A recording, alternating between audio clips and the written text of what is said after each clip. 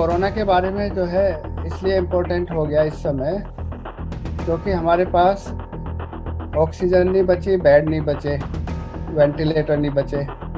तो हमें ये सीखना है कि हम कोरोना को पहले से कैसे पहचान लें और वहीं पर रोक लें, ताकि हमें ऑक्सीजन की ज़रूरत ना पड़े, अस्पताल की ज़रूरत ना पड़े, वेंटिलेटर की ज़रूरत ना पड़े। इसमें सबसे इम्पोर्टेंट ये समझना है कि कोरोना जब आपके शरीर में चला जाता है अंदर, उसमें शुरू के 5 दिन में हल्का बुखार रहता है, पता भी नहीं चलता, 98, 99। 5 दिन तक बहुत धीमा धीमा बुखार रहता है। छठे दिन कोरोना आपकी घंटी बजाएगा बहुत ज़ोर से दरवाजे पे कि अब मैं आपके फेफड़ों में घुसने वाला हूँ, आप कर लो। वो जो घंटी है वो बुखार छठे दिन आपका 102, 103 पहुँच जाएगा। जो हल्का बुखार था वो बहुत तेज बुखार हो जाएगा। जब 102, 103 बुखार हो जाए तो समझ लो कि अब ये हमारे फेफड़े में चलने वाला है, घुसने वाला है। उसी समय जैसे आग में पानी डालते हैं ना, छठे दिन उसी समय अगर हम ट्रीटमेंट इसका कर देते हैं तो ये वहीं पर रुक जाता है, आगे नहीं बढ़ता। उसके बाद ना हमें अस्पताल जाना, ना ऑक्सीजन लेनी। हो ये रहा है कि कोरोना छठे दिन घंटी बजाता है, टेम्परेचर 103 जाता है और हम इग्नोर कर देते हैं, घंटी को सुनते ही नहीं है। और 10वें दिन फेफड़ा 60%, 70% खराब हो जाता है। अभी 2 दिन पहले ओमेक्स परिवार की एक बच्ची आई, वो टेलीफोन किया तो उसकी आवाज़ भी नहीं निकल रही थी। उसका ऑक्सीजन सैचुरेशन 93 आ गया था। 93 खतरे की घंटी है। अगला स्टेप है कि ऑक्सीजन चाहिए उसको। लकीली उसको उसी समय दवाई दी, एक ऑक्सीजन भी अरेंज करी। पब्बी भाई ने उसके लिए शुगर नापने वाली दवाई अरेंज करी। अब उसका 96, 97 चल रहा है, खतरे से बाहर आ गई वो, लेकिन वो थोड़ा लेट हो गई थी। तो कोशिश ये करें कि सबके सब अपने परिवार वालों को, रिश्तेदार वालों को ये समझाएं कि छठा दिन बहुत इम्पोर्टेंट है। जिस दिन हल्का बुखार आया, दिन गिनना शुरू कर दो, 5वां दिन, छठा दिन। अगर 5वें छठे दिन बुखार ख़त्म हो गया तो आप वैसे ही खतरे से खाली है, खतरा आया ही नहीं आपके पास, आगे बढ़े ही नहीं। और अगर 5वें छठे दिन के बाद बुखार तेज़ हो गया तो सोचो खतरा आ गया। तो 85% जो लोग हैं, 85% लोगों में 5 दिन तक हल्का बुखार आएगा बस, या 2 दिन का बुखार आएगा बस, फिर कुछ नहीं होगा। 85% लोगों में तो ये कुछ करेगा ही नहीं। 15% जो लोग बचते हैं, 15% लोग वो है जिनको ये खतरे की घंटी देता है छठे दिन। खतरे की घंटी, बुखार तेज। और उनमें और भी खतरा है जिनको शुगर है। कोरोना और शुगर दोनों एक दूसरे के दुश्मन हैं। शुगर बढ़ेगी तो कोरोना बहुत तेज़ी से बढ़ेगा। तो जैसे ही आपको हल्का कोरोना हो जाए, आप सबसे पहले काम ये करें, अपनी डाइट में से शुगर निकाल दें।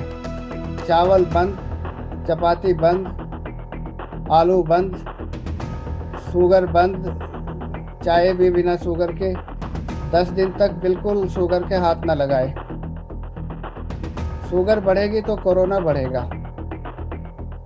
अब कोरोना के 2 रूप हैं। एक तो जैसे होता है कोबरा, सांप। कोबरा एक बार डंक मारता है और बस वहीं ख़त्म कर देता है। दूसरा है पाइथन, धीरे धीरे स्ट्रैंगुलेट करता है। तो आजकल 2 तरीके के कोरोना इंडिया में फैले हुए। छठे दिन पे बुखार 103 हुआ, 3 दिन के अंदर अंदर वो आपका 50% फेफड़ा खराब कर देगा। ये तो कोबरा वाला रूप है। 3 दिन में आपको वो 50% डैमेज कर देगा। दूसरा रूप यह है कि छठे दिन के बाद धीमे धीमे धीमे धीमे फेफड़ा खराब कर रहा है, आपको पता नहीं चलेगा। जैसे पाइथन धीरे धीरे धीरे धीरे स्ट्रैंगुलेट कर रहा है। तो छठे दिन के बाद आपको दोनों तरफ ध्यान रखना है कि अगर बुखार छठे दिन, 7वें दिन, 8वें दिन है तो सोचो ये डैमेज कर रहा है। जिनका बुखार 5 दिन के अंदर अंदर उतर गया, जैसे पब्बी का उतर गया, सुबह बात हो रही थी। जिनका 5 दिन में बुखार उतर गया वो तो बाहर हो गए इससे खतरे से, और जिनका 5 दिन के बाद बुखार चल रहा है तो धीरे धीरे ये फेफड़ों को खराब कर रहा है। तो जितने भी आपके आसपास के लोग हैं जिनको 5 दिन से ज़्यादा बुखार हो गया, उनको आप मेरे से कनेक्ट करें, और बहुत सिंपल इलाज है, एक 2-2 3-3 दिन की दवा में वो सब ठीक हो जाएंगे। और जिनका 102 103 पहुंच गया उनको 1 हफ्ता 10 दिन दवाई खानी पड़ेगी बस। तो 2 रूप समझ लें, एक रूप है पाइथन वाला, एक रूप है कोबरा वाला। कोबरा वाला जो रूप है वो खतरनाक है, उसमें 1 दिन की देरी ना करें, 1 दिन की भी देर हो जाएगी, उसको 5वें 6ठे दिन पे ही हमें रोक देना है। अब इसको रोकते कैसे है ये समझ लें आप। इसको रोकने का जो तरीका है बहुत आसान है। मार्च और अप्रैल 2020 में हम लोगों ने एक रिसर्च टीम बनाई थी, उसमें बॉम्बे से भी एक डॉक्टर थे। तब ये नहीं पता था कि इसमें कौन सी दवा काम करेगी, किसी को नहीं पता था।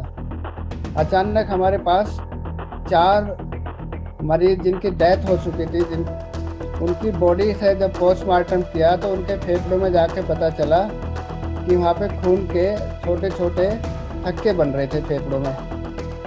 मरने के बाद पता चला पोस्टमार्टम में। तब ये समझ में आया कि अगर हम इस दवा स्टेरॉइड देंगे तो ये फेफड़ों को बर्बाद नहीं कर पाएगा, मार नहीं पाएगा कोरोना। तो जैसे ही स्टेरॉइड टेस्ट किया इंग्लैंड में, मार्च से लेकर जून तक 3 महीने में रिसर्च पूरी होगी, तो पता चला कि ये एक लाइफ सेविंग ड्रग है। ये स्टेरॉइड ऐसे है जैसे आग में पानी डाल देते हैं। तो स्टेरॉइड और ऑक्सीजन केवल 2 ही दवा है इसकी। बाकी जो रेमडेसिविर, प्लाज्मा थेरेपी, ये सब गलत है, किसी का कोई असर नहीं होता। सब जो है मार्केट में फैलाई हुई है डॉक्टर्स के द्वारा, दवाई कंपनी के द्वारा। केवल 2 दवा है, एक स्टेरॉइड जो मेड्रोल के नाम से आती है, और दूसरा ऑक्सीजन। ऑक्सीजन पे भी ना जा पाए हमें ये कोशिश करनी है। अगर मेड्रोल हम 6ठे दिन शुरू कर देते हैं या 7वें दिन शुरू कर देते हैं तो मैं लिख के देता हूँ पूरी दुनिया के सामने, ना तो किसी की डेथ होगी, एक भी मरीज मर नहीं सकता, और ना उसको ऑक्सीजन की ज़रूरत पड़ेगी। गलती हमसे ये हो रही है कि 6ठा दिन पहचान नहीं पा रहे, ना मरीजों को पता ना डॉक्टर्स को पता। 10वें दिन 12वें दिन आधे से ज़्यादा फेफड़ा खराब हो गया, फिर अस्पतालों में भी जगह नहीं। अगर हम 6ठा दिन पहचान लें, 6ठे दिन मेड्रोल दे दें, मैं इसको लिख के देता हूँ, आप मेरे को कहीं भी किसी भी कोर्ट में ले जाना, ना कोई डेथ हो सकती और ना कोई ऑक्सीजन की ज़रूरत पड़ेगी, ना अस्पतालों की ज़रूरत पड़ेगी। एक छोटा सा वायरस है बस। तो हमारे सारे जो मरीज़ है, ईश्वर की कृपा से हमारी जो टीम काम करती है, हम 6ठे दिन पे पहचान लेते हैं। और हमारी टीम में ऐसे ऐसे मरीज़ हैं जो पहले ठीक हो चुके हैं, वो दूसरों को हेल्प कर रहे हैं। रोज़ 5-6 मरीज़ों को लेकर आते हैं हमारे पास, और टेलीफोन पे हम ठीक कर देते हैं। तो इसमें आप सब लोग भी इस चीज़ को सीख जाएं कि 6ठा दिन सबसे इम्पोर्टेंट है जान बचाने के लिए। 6ठे 7वें दिन केवल मेड्रोल है स्टेरॉइड। अब स्टेरॉइड जैसे ही शुरू करते हैं, आपके ग्रुप में बहुत सारे लोग सुन रहे होंगे जिन्होंने लिया है मेड्रोल लेते ही एक तो बुखार भाग जाता है, मेड्रोल लेते ही ऑक्सीजन का सैचुरेशन बहुत अच्छा हो जाता है। वो जो बच्ची थी 3 दिन पहले आई थी, आज 97 है, 3 दिन पहले 93 था। और स्टेरॉइड लेते ही अंदर की भूख भी नॉर्मल हो जाती है। तो स्टेरॉइड लेना 6ठे 7वें दिन ज़रूरी है। और स्टेरॉइड कितने दिन तक लेना है और किस खुराक में लेना, ये आपको डॉक्टर्स की सलाह लेनी पड़ेगी। इसमें ज़्यादातर ये वायरस हमारे शरीर में घुसने के 10 दिन तक रहता है बस जिंदा। 10 दिन बाद अगर हमारा टेस्ट पॉजिटिव आ रहा तो वो मरा हुआ वायरस है, जिंदा नहीं है। जब ये वायरस हमारे शरीर में घुसेगा 10 दिन में हमेशा कंप्लीट मर जाएगा ये, फिर जिंदा नहीं बचता।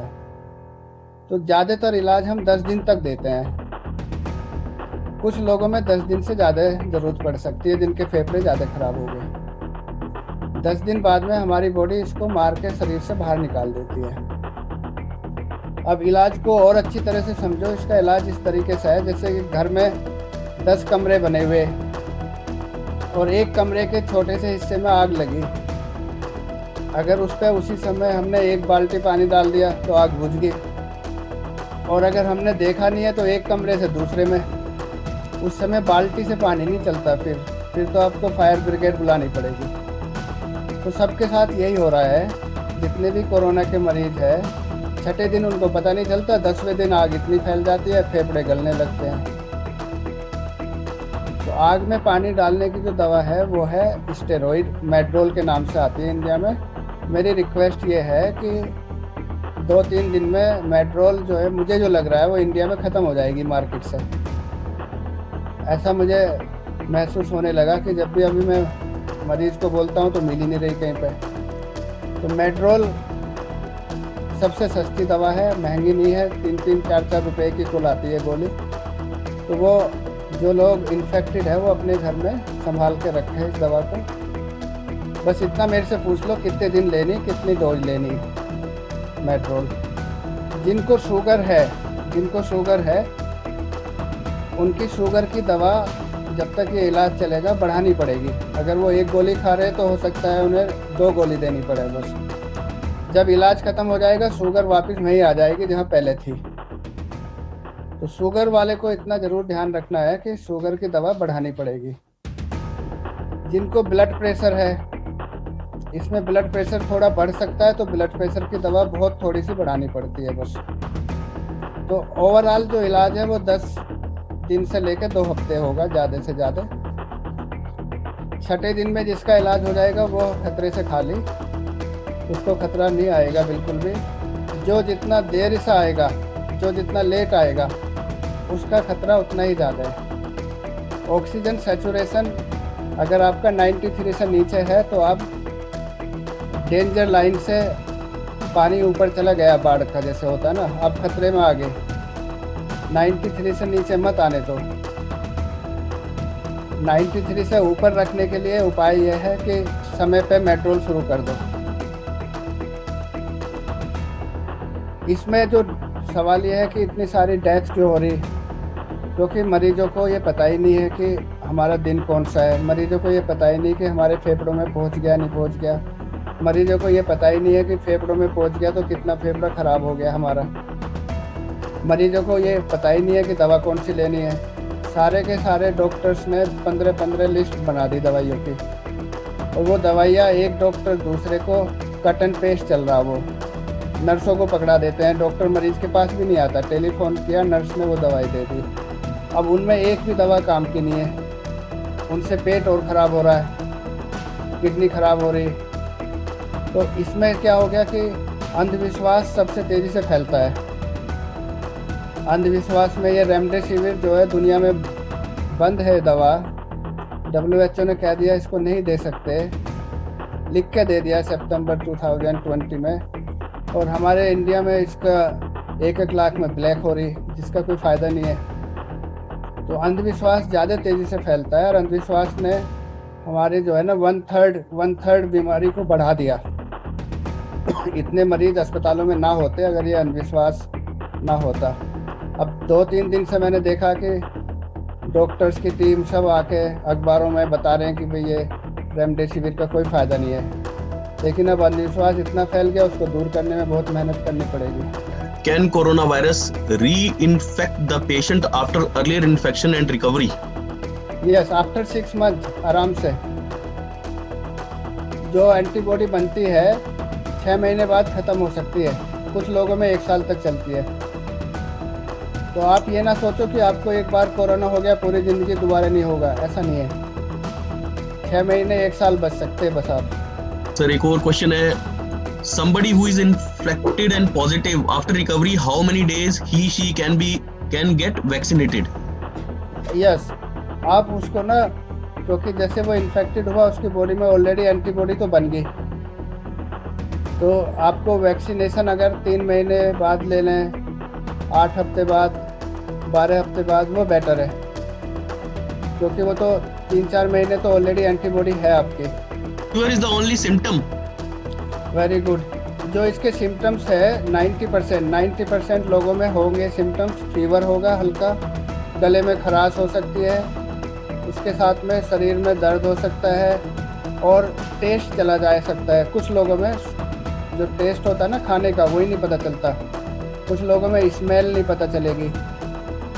ये सिम्टम्स ज़्यादातर है। और बच्चों में जो 20 साल से कम है, 17 साल से कम है, उनमें डायरिया होगा, पेट में उल्टियाँ होगी और स्किन के ऊपर रैश आ जाएंगे, लाल लाल धब्बे आ जाएंगे स्किन पे। और बच्चों में हेडेक बहुत होगा। तो बच्चों के सिम्टम्स अलग है, बड़ों के अलग है। बड़ों में बुखार और गले में खराश, सोर थ्रोट, उसके साथ साथ शरीर में टूटापन, कमजोरी, हेडेक ये सिम्टम्स है बड़ों के। लेकिन बड़ों में 2 चीज़ें कई बार मिल जाती है कि स्वाद टेस्ट चला जाता है या स्मेल चली जाती है। सर एक और क्वेश्चन है, how much mg of Medrol one should use? How much mg of Medrol? Milligram. Okay, देखो हाँ 32 मिलीग्राम तो लोवेस्ट डोज है। 32 मिलीग्राम लोवेस्ट है, इससे कम तो ये काम करती नहीं है ज़्यादातर। अभी मेरे पास बहुत सारे मरीजों के ऐसे आ रहे हैं कि वो 4-4 मिलीग्राम दे रखी डॉक्टर्स ने, तो वो तो 2 या ना 2 उसका कोई फ़ायदा नहीं है। उसके बाद आगे जो हम बढ़ाते हैं, इस पे बढ़ाते हैं कि कितने % फेफड़ा आपका काम कर रहा है। अगर आपका 50% फेफड़ा चला गया, काम नहीं कर रहा, तो हम मेड्रोल को 1 मिलीग्राम से 2 मिलीग्राम पर केजी बॉडी वेट, 100 किलोग्राम का आदमी है तो उसको 200 मिलीग्राम तक जा सकते हैं आराम से। डॉक्टर साहब क्या खाने में, लिक्विड में क्या लेना है, कुछ ऐसा कुछ स्पेसिफिक है इसमें? हाँ, जब आपको कोरोना हो जाए सबसे पहले तो आप अपनी चपाती बंद कर दो, पोटैटो बंद कर दो, चावल बंद कर दो, चाय में चीनी बंद कर दो और सूप लो। ज़्यादातर सूप लो, नारियल का पानी लो, जूस लो और नट्स खाओ। जैसे नट्स में मूंगफली है, बादाम है, इस तरह की चीज़ें। पालक का साग। सबसे इम्पोर्टेंट 3 चीज़ें याद रखो। एक तो इन्हेलर यूज़ करना, जो मैं बता रहा हूँ। दूसरा ये कि आधे घंटे एक्सरसाइज, जो आप जिंक फोर्ट कह रहे हैं, विटामिन सी, उनसे अच्छा है कि आधे घंटे एक्सरसाइज, चाहे वॉक कर लो आधे घंटे डेली, वो आपके इम्यूनिटी को पावरफुल रखेगा। जो इन्हेलर लेंगे वो आपके फेफड़ों को पावरफुल रखेगा। घुसता है ये फेफड़ों के थ्रू, तो फेफड़े भी पावरफुल है और आपका शरीर भी पावरफुल है। दोनों चीज़ें बहुत ही आसान है रोकने के लिए आगे से। और तीसरा वैक्सीन, जिसने वैक्सीन ले लिया 90% सेफ हो गया। और जो डेली आधे घंटे एक्सरसाइज कर रहा है वो 95% सेफ हो गया। जो इन्हेलर भी ले लेता है, तो दिल्ली में तो खासकर जितना पोल्यूशन है, तो उसके फेफड़े भी पावरफुल रहेंगे। ये तीनों चीज़ें कर ले तो ये रोकथाम का है इसका। और डबल मास्क लगा के निकलें घर से। डबल मास्क, एक अकेला मास्क लगाओगे तो 60% प्रोटेक्शन है, 2 लगाओगे तो 94% प्रोटेक्शन है। दूसरा, जब भी एसी कार में बैठो तो उसकी विंडो खोल दो, क्या पता कि कोई उसमें पहले बैठा होगा और उसके वायरस घूम रहे, अगर वो इन्फेक्टेड था। घर में एसी रूम में आप सो रहे हो और अगर आप इन्फेक्टेड हो गए तो उस रूम में किसी और को मत आने दो, जो भी आएगा उसको वायरस लग जाएगा। तो सबसे ज़्यादा ये एसी रूम से फैलता है। एसी रूम में हम हवा को अंदर अंदर फैलाते रहते हैं। रात भर में कोई भी आदमी इन्फेक्टेड है वो कम से कम 1 लाख वायरस निकाल देता है सांस के थ्रू। कोई इन्फेक्टेड आदमी है, लिफ्ट में जा रहा है, वो 1000-2000 वायरस छोड़ जाएगा लिफ्ट में। आप घुसेंगे आपको एकदम लग जाएगा। तो जब भी आप घर से बाहर रहें, डबल मास्क, लिफ्ट में सावधानी रखें, एसी कार में सावधानी रखें और घर में एसी में रहे तो एसी की हवा को वेंटिलेट करके रखें। और जब आपको हो जाए तो 10 दिन तक आइसोलेट कर लो ताकि दूसरे लोग बच जाए आपसे। 10 दिन बाद में ये वायरस मर जाता है, फिर कुछ नहीं करता।